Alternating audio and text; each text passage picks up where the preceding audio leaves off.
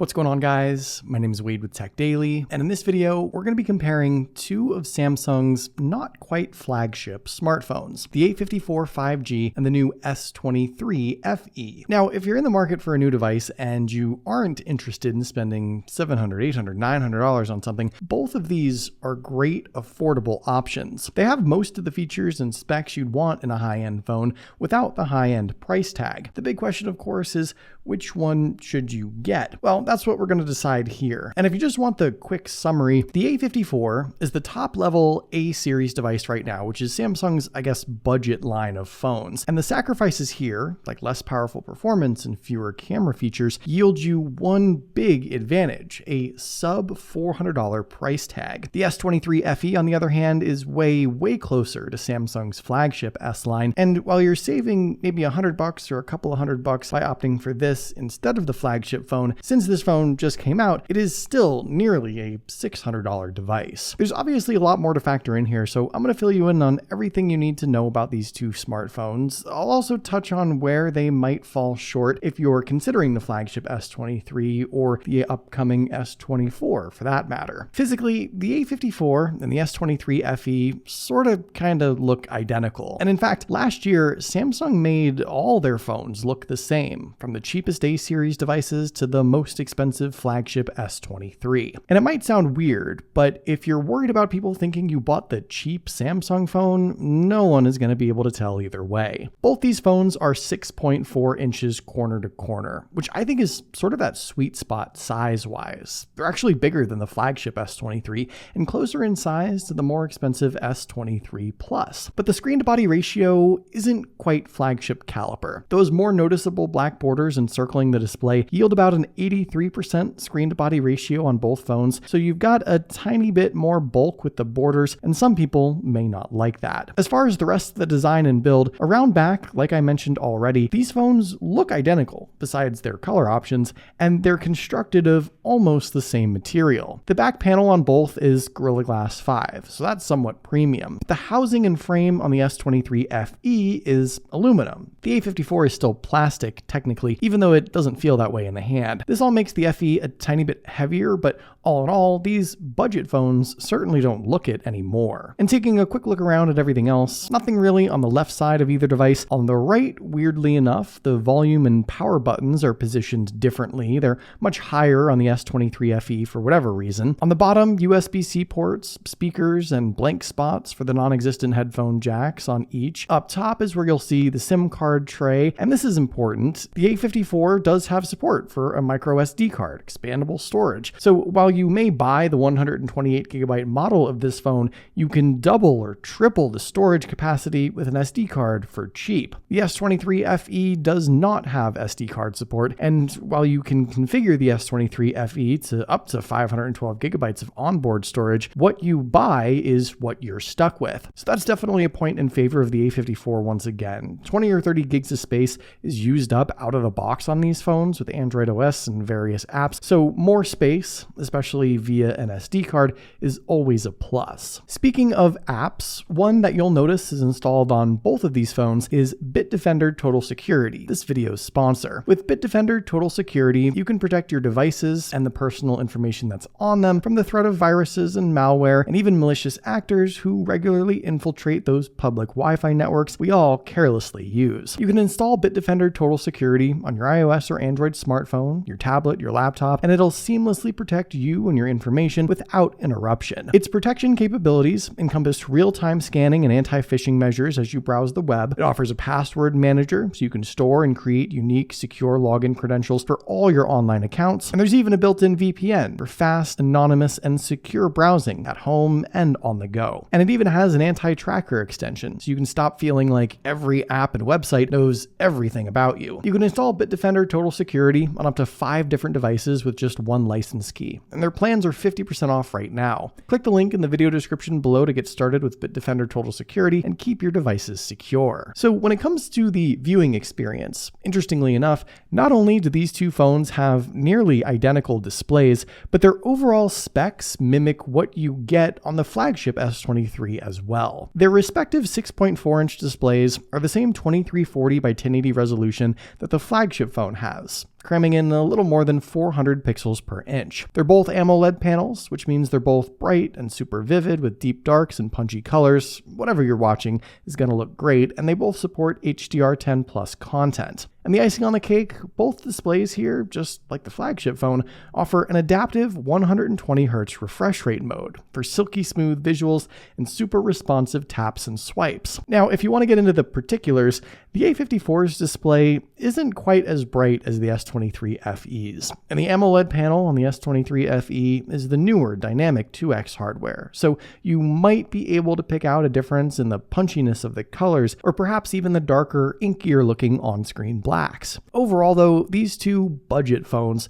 are barely a half step down from the flagship S23 when it comes to their displays, and comparatively, while the S23 FE has the higher spec viewing experience, it's not a night and day difference. That all means the A54 once again comes out ahead just on sheer value alone. You get a display that looks as good as the phone that commands twice the price tag, and most everyone else who glances at it won't be able to tell the difference. By the way, underneath the displays, both phones do have those fingerprint sensors for unlocking. These aren't the flagship ultrasonic sensors, and because of that, they aren't always as fast or as consistent as the flagship phones. Furthermore, the S23 FE tends to allow for a faster unlock most times as well, but these phones sort of go back and forth as to which one fails and which one unlocks. For your out loud listening pleasure, both these phones have the dual speaker setup. There's the primary one at the bottom and the secondary one hidden in the earpiece. And while there's no outright hardware differences that I know of for whatever reason, the sound coming from the S23 FE seems quite a bit louder at max volume and much better overall, quality-wise. Here's a sample from each so you can decide for yourself.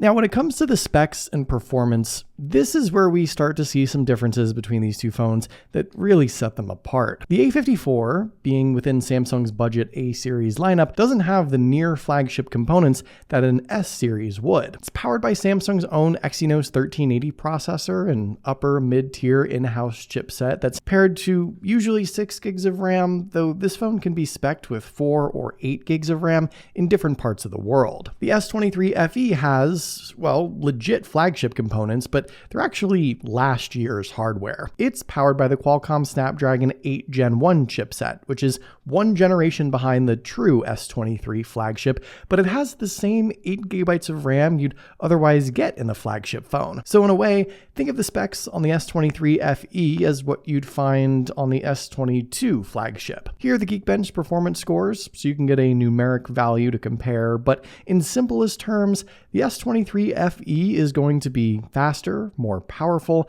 and more capable across the board. Now, in day-to-day use, that may not be a deal breaker, depending on how you use your phone, but if you're a big gamer or multitasker, or you use your phone heavily for work, the extra performance boost may very well be worth it in the S23 FE. And out of everything on the S23 FE, the performance is probably where you actually get the most value. What's sort of odd right now, though, is that with the Android versions, the A54 actually has the Android 14 and One UI 6 update, but my S23 FE, for whatever reason, doesn't yet have that. That's odd because the S23 FE is a newer, better phone, and I'm not the only one still waiting for the update. So that's a little odd. And as far as longevity and guaranteed software updates, both phones will get 4 major Android updates over the next few years, but at least one of those has already been used on each phone. The S23 FE sort of has a wasted update, to be honest, since it was released just after Android 14 was public. But either way,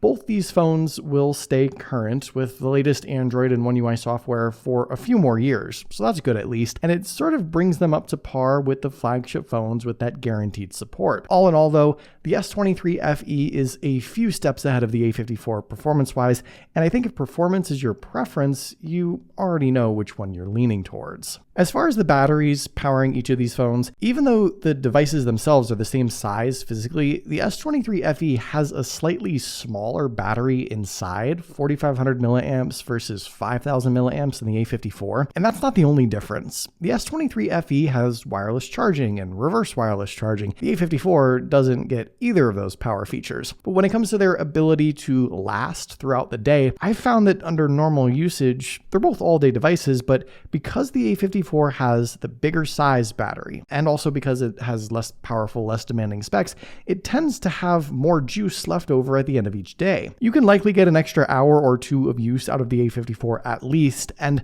while it's not crazy, it might be something worth considering if you aren't always near a plug. Last but not least, let's talk about those cameras around back, because while they look like they might be an identical hardware setup, they're actually quite different. Now, both phones do have a similar 50 megapixel main lens, but the secondary camera on the S23 FE is a dedicated telephoto lens for better zoom capabilities. The third lens on that phone is a 12 megapixel ultra wide. The secondary lens on the A54, it's a similar 12 megapixel ultra wide as well, but its third lens is a 5 megapixel macro, which is strictly used for up close shots and honestly isn't all that useful. The selfie cameras are really different, though not in the way you'd expect. The S23 FE has a 10 megapixel selfie lens, while the A54's is a 32 megapixel selfie shooter, but those megapixels don't really tell the whole tale. Inside the camera app, these phones do share a lot of similarities with the shooting modes and the features, but let's break down what actually sets them apart. The angle of the wide angle lens is slightly different for whatever reason, 0.5x on the A54, 0.6 on the S23 FE, and like I mentioned, the S23 FE can zoom in much further and capture much clearer of a shot at every zoom level. The S23 FE has portrait, video, and director's view, camera modes not offered on the A54. You also get different portrait focal lengths with the S23 FE thanks to that telephoto zoom lens. They both have a 50 megapixel picture mode, but the S23 FE also has 8K video recording capabilities, which, let's be honest, no one will use, but that's a flagship camera capability for sure. And when it comes to some actual side-by-side picture samples, well, on the surface, actually, these two phones take pretty darn good shots. The selfie pictures aren't nearly as different as you'd suspect, but things are a bit sharper on the S23 FE thanks to its better processing power. And the rear camera lens also captures more detail and is able to look brighter and more natural in the S23 FE as well. But the A54 does not take a bad picture by any means. And I think since most people just take simple pictures of their friends, their food, and their pets, there's nothing wrong with opting for the A54 at all. But if you're itching for that flagship camera setup with all the extra modes and features that Samsung tends to tout each year, the S23 FE basically gives you a flagship camera experience for a bit less money. To me, the A54 is probably the better buy for 95% of people. For $300, basically, you get a phone that's not too far off from Samsung's uber expensive S series, and chances are you and all your friends won't even notice much of a difference between the two. Your wallet will, though. The S23 FE, on the other hand, is a good buy in and of itself. It's still a couple $100 cheaper than a brand new S23 flagship and has almost all the flagship specs. But here's the thing. The flagship S23 has already been out for almost a year. Samsung just announced their S24 event, and the flagship S23, well, it's already cheaper than its launch price, and it's only going to get cheaper still in the coming weeks. So sorry to throw a wild card into this comparison, but if you can wait, you can probably get a flagship S23 renewed on Amazon or on the secondary market from eBay or Swappa for close to the price of the S23 FE. And that's just a product of the poor late release cycle of the S23 FE, unfortunately. But what do you guys think? Which of these phones would you rather have? If you have one already, let me know your experience with it in the comments down below. I'd love to hear your thoughts, of course. Hopefully you guys did enjoy this video though. Be sure to follow TechDaily on Twitter and subscribe to the TechDaily YouTube channel if you haven't already, and I'll see you guys later.